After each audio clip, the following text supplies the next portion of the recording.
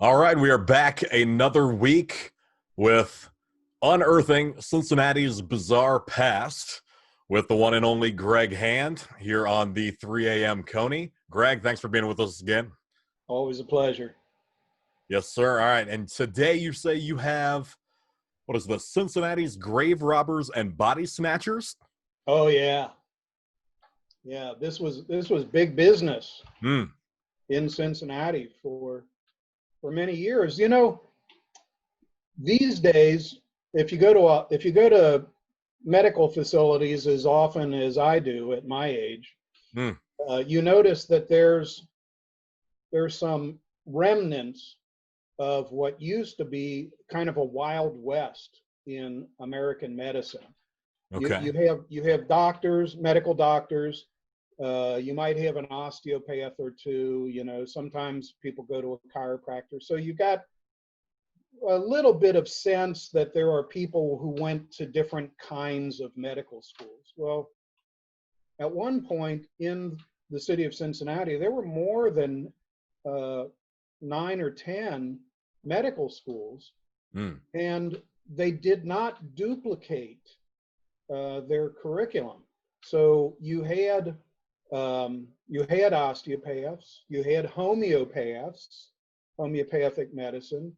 You had botanico-medical um, practitioners who Okay. tried to use natural um, botanical stuff. Botanicals. Yep. It's not remembered very often that medical doctors, physicians, and surgeons used to be opposing schools of medicine, where surgeons believed that physicians were fake and physicians believed that surgeons were butchers. Oh. We had attempts to bring in a variety of medical practice. So we have the eclectic medical school, which was very um, influential in Cincinnati for many years, the eclectic medical school. So you had all these different um, medical schools just among the practitioners who were not crooks. Yeah. The There were a number of medical schools in Cincinnati that were frankly run by charlatans, that were complete bamboozlers, that snake oil of the worst sort Hmm. coming out of them. And so we had all these medical schools. And it was generally known that if you were going to medical school, you needed to dissect a human body. That was part of your medical education, Right. no matter whether it was a fake school or a real school or a surgeon or a physician, you had to dissect a human body, which meant we had 9 or 10 schools at a single time in Cincinnati that needed bodies when there was no legal way to donate your body. Ooh. And so, as a consequence, executed criminals could be used for dissection. Cincinnati, up until approximately 1887, had public hangings, and Wow. so the deceased from the public hangings would be sent off to a medical school.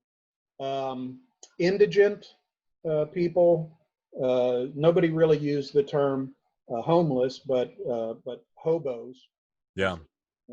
If you found a hobo or somebody just wandering through town who died, unidentified people, unclaimed bodies, that sort of thing from the Someone morgue, wandering through town who died. That wandering through sounds like town. Yeah. someone. That doesn't sound Um, like natural causes to me. but none of that was enough Yeah. to supply the needs of the medical schools, and so you would have people like a guy named Cunningham, Mm. and he was known to everybody in Cincinnati as Old Cunny.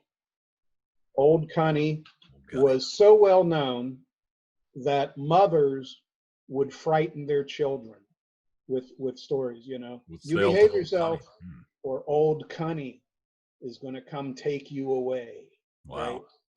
And so this dude, for years, practiced body snatching in Cincinnati.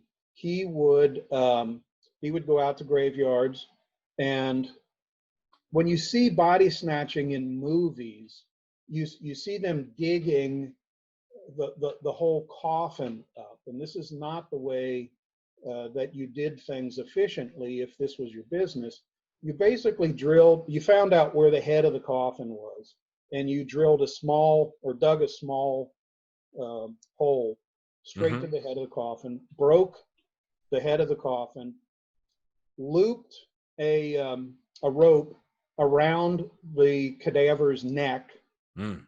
and then pulled them up through the top of Scooped the them right coffin, through, out of the coffin, through the right, hole. right out of the coffin, Wow. and throw them onto the wagon.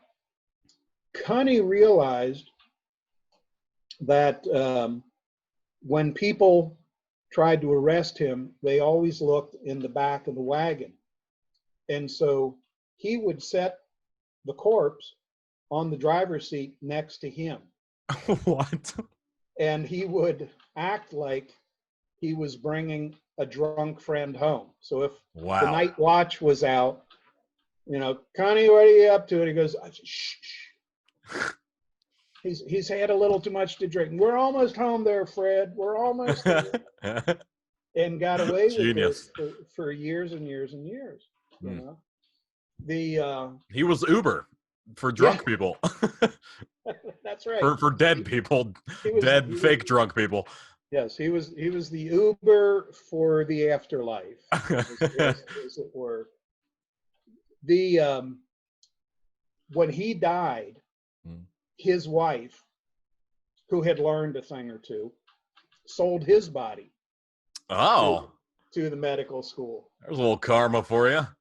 And for about 50 years, I have not determined where it is now, but for about 50 years at the University of Cincinnati College of Medicine, one of the skeletons in the anatomy labs was Cunny's. Really? And he appears up until like the 1930s. There are references to Cunny's skeleton being in this anatomical laboratory. After that, I have no idea. I've lost track. Maybe one of the professors took him home. I don't know. That's awesome. But he Wow. was, despite his ghoulish occupation, he was almost like a celebrity. Yeah. There were other people who were just really kind of slimy, you know. Um, there were some people who weren't quite dead that they decided, all it takes is one knock on the head. Yeah, Or that's what I was going to ask, if old Cunny was actually killing any of these people, or if he was just doing the the grave sense that robbery. I get is that he was pulling them out of their eternal rest, Yeah. but he wasn't sending them there. Whereas some of the other practitioners very definitely were. In fact, there was a term for this called Yeah. burking. Burking? Burking, Burking, and it comes from a guy named Burke in England who had this approach to selling bodies, and that is he would lure people into a rooming house where he lived and get them drunk and then smother them and then sell their bodies to the medical school. And there were a number of people doing that in Cincinnati. Wow. And in fact, the medical doctors had a no questions asked sort of approach to this. So back in the day, the corner of 6th and Vine, so right where Batsaki's hat store is now downtown, that corner was the Ohio Mechanics Institute.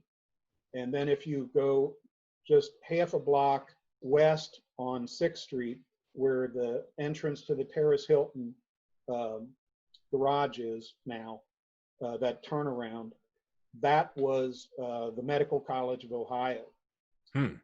If you go around to the back, there was an alleyway that ran from Vine Street down to Race. Okay.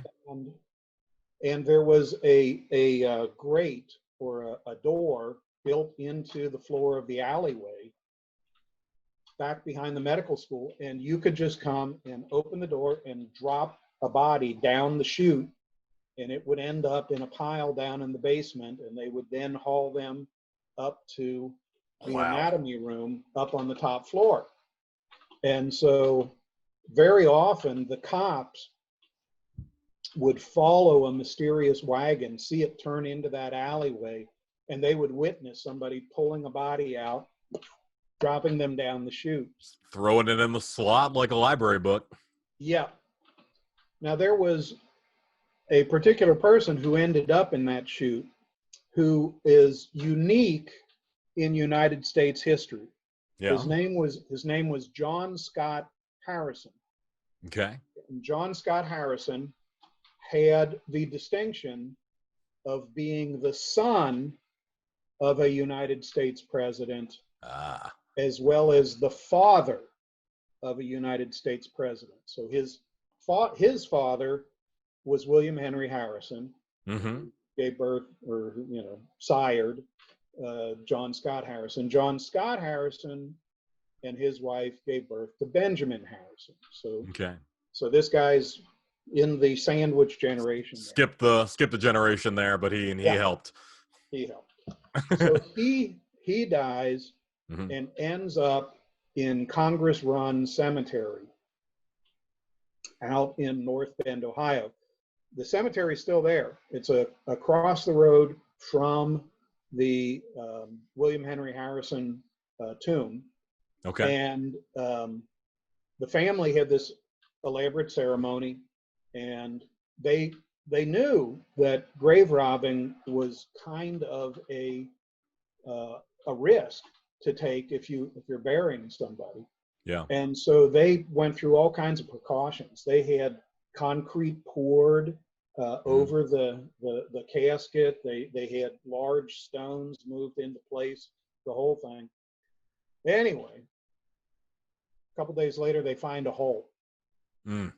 And they realize, something's at work. So relatives head into Cincinnati, where the medical schools are, knocking on all the doors. Everybody's pleading innocence. Nobody can admit to anything. And at the Medical College of Ohio, there on 6th Street, the investigators noticed that the anatomy professors were a little nervous and kept looking at this door.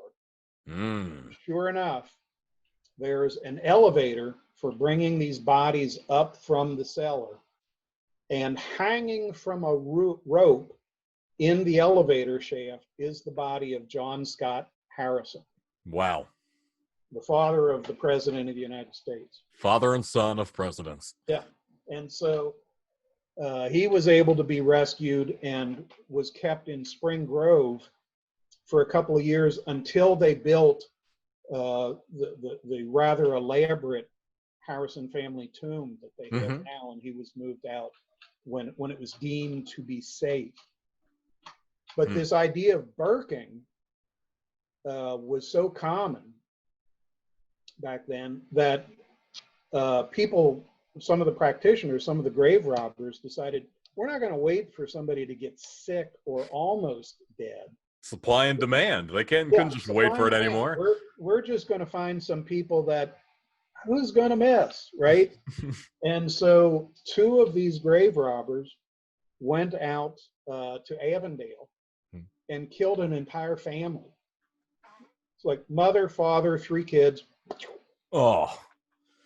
And took the bodies into town and sold them all to different medical schools. And for a variety of reasons, they were caught and were in the Hamilton County Jail at a time when the entire criminal justice system in Hamilton County was so corrupt that it was expected that juries were bought. And so expected. if you lost a case, it was assumed you lost the case because you didn't pay the jury enough. Wow. Okay. Right? The citizens were so outraged that inflamed by a couple of things. One was a front page of the Cincinnati Enquirer with a headline, College of Murder. And it listed 40 people who were in the Hamilton County Jail awaiting trial on murder charges just from the past year. Wow. And these two grave robbers who turned into murderers were listed. On there among those people. Second thing was an open shut murder case that was reduced to second-degree manslaughter, again because of a purchased jury. A purchased jury. And so, the when word came out that the fiends who had killed this family out in Avondale were coming up for trial, it was part of the tinder that led to the explosion of the courthouse riot in Cincinnati. The courthouse riot came about by citizens who were so frustrated with the criminal justice system and decided to take the law into their hands. And a lot of that had to do with body snatching. Wow. Started the riots. The riots. So this had to have been lucrative for these grave robbers that were stealing these bodies and selling them to the medical school. How much would this have, obviously, to risk their lives to go on trial for murder, even if they think they can buy off the jury? This has got to be pretty lucrative. Yeah, the average body would have been $10 to $15. Okay. And that's probably something like $250 to $300 in today's money. Okay. So it wasn't nobody was becoming a millionaire, but right. but people were in fact putting together a pretty good living shipping bodies around. I don't know. $300 would be enough for me to murder a family, but I mean, I guess at that point it would be over 1,000. You figure that's five bodies, so you're looking at $1,500 to $2,000. Wow. Yeah, that's crazy. And the thing is, remember, this is a time when there were no lights at night. Graveyards were not lit. They figured they'd close the gate and that was it. There used to be a jail at Spring Grove. I did not know that. Yeah, the jail, it no longer has bars and stuff on it, but the building in which the jail was housed is still there at Spring Grove. And this was because there were so many people coming in, not just to rob bodies, but people got buried with jewelry and that sort of thing. And so there are a lot of folks climbing over the walls to get into cemeteries to pick up all sorts of things. Wow, how many people could the Spring Grove jail house? It was not huge, 2 or 3 people at a time. That's crazy. Wow. And then if you can't find enough dead people, or if you don't want to go into the cemetery jail, you just go find a family and murder them. That's right. The burking is a term that was used pretty commonly at one time. You hear less of it now. I donated my body to science, and I was surprised at how little paperwork was involved. It's just like a checkoff, and you just go, okay. I don't need to find old Cunny to take care of it. Yep, definitely changed a little bit there. Old Cunny. He didn't murder anyone though, so that wasn't even the story. That's not the story that they should have been scaring the children with. Right. The folks who got greedy and did the Birking murders, they tended to have short careers. Yeah. what's that old that saying? Old grave robbers and bold grave robbers, and the bold grave robbers don't become old grave They robbers. don't become old. I think the reason Old Cunny was Old Cunny is, to a certain extent, people kind of put up with him. Yeah. He was he probably got into trouble robbing graves above his station from time to time. But the sense is that he was really looking for the people that society forgot. Yeah. You know, the transients and the elderly and the indigent and that sort of thing. And frankly, people just really didn't care that much. It was a very uh, very very Dickensian society around here. Mm. Yeah, I mean, it definitely seemed like he was. If you could be a smart grave robber, he was one of the smart ones that was not stepping over that line and burking anyone. Yeah, kept his family provided and even gave them a bonus when he passed on. Wow, wow, there you go. And the 1884 courthouse riots. Wow. Well, I'm glad that is not still something that's happening in Cincinnati, at least that I know about. Yeah, the uh, kind of at the same time was an industry built up around the idea that you might be unintentionally buried. Unintentionally buried? Yes, uh, there were many reported cases of people who were laid out for viewing. They had their funeral, and at the very last moment, just as they're starting to nail the lid on the coffin, these people wake up. Wake up from what? What were they And doing? They and so drunk? no, medical science had not yet progressed to the point of having um, electroencephalograms Yeah. or a variety of tests to see if you were in fact dead and not just in a coma. And so a lot of Oh times people wow. would be in really serious comas, and some stimulus, maybe the noise of pounding a nail in, would Mm-hmm. wake them up.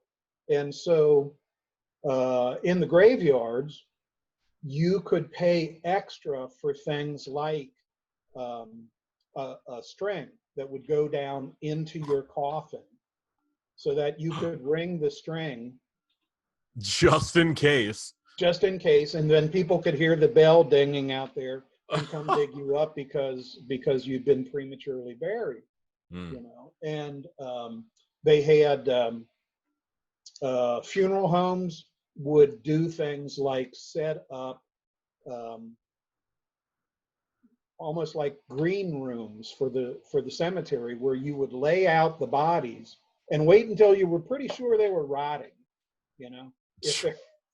If they're starting to smell, Yeah, there's you a good don't need a chance bell. If they're they starting to don't need a smell, you bell. don't need a bell. They're not coming back. And so and so then they would send them out. And Wow.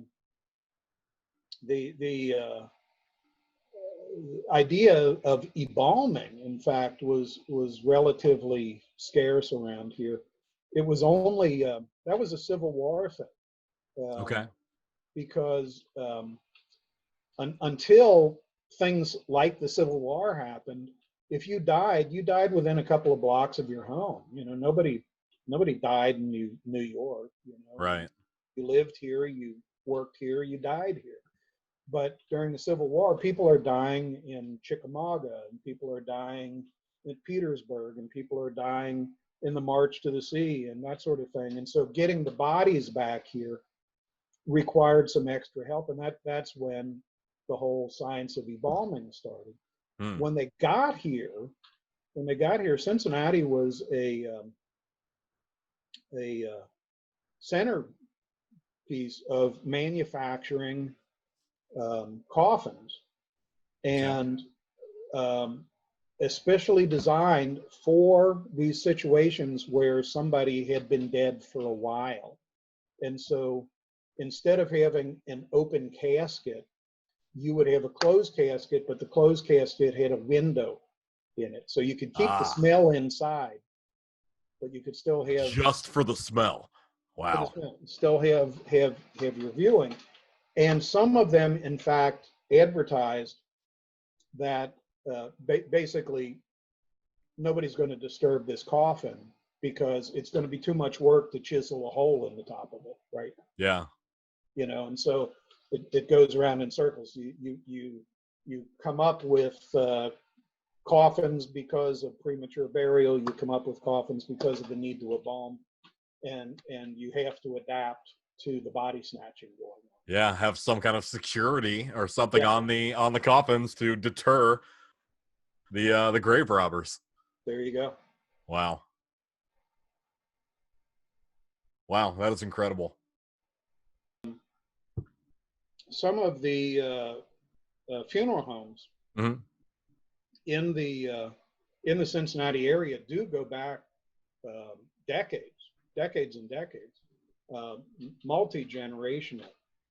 I was asked to help a group in Northside look at a building, look at the history of the building that is, it's no longer being used as a funeral home. I forget who moved in as offices, that sort of thing.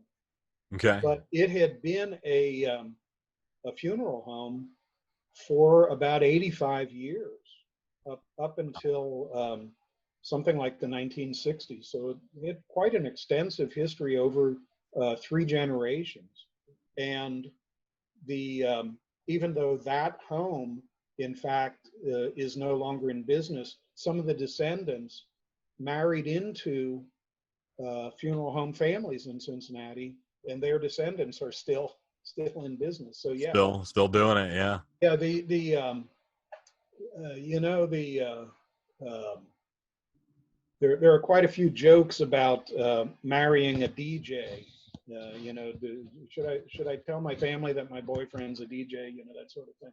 Mm-hmm. But in real life, you can imagine that it might be a little odd to introduce your prospective spouse who's engaged in the funeral home industry, you know. And right. So I have a feeling that they know one another very well.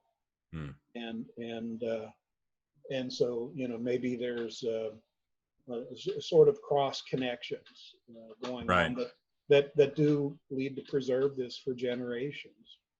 Right. I mean, that's that kind of thing in working with dead bodies, even pulling them out of graves or doing all of the funeral home, embalming them, getting them ready for an open casket. You can either do it or you can't. And that is a small percentage of people, I think, that like actually enjoy it, like getting people ready for like their families to be viewed. That is definitely an acquired taste there. And you know, to really make it work and to be successful, it's almost counterintuitive, but you have to be a people person. Yeah. Ages ago, in another life, when I was editor of the Western Hills Press, I used to go to the Cheviot Westwood Kiwanis, and they would have a lunch, and as part of the Kiwanis tradition, there's somebody greeting you at the door. And it was quite often the local funeral director. And this guy would not just greet you at the door and, hi, come on in, and, you know, we got a great program today. He'd ask you if you wanted a cigarette. Oh, okay. And I'd always joke with him about trying to drum up business or something. And there you go. It's a circle.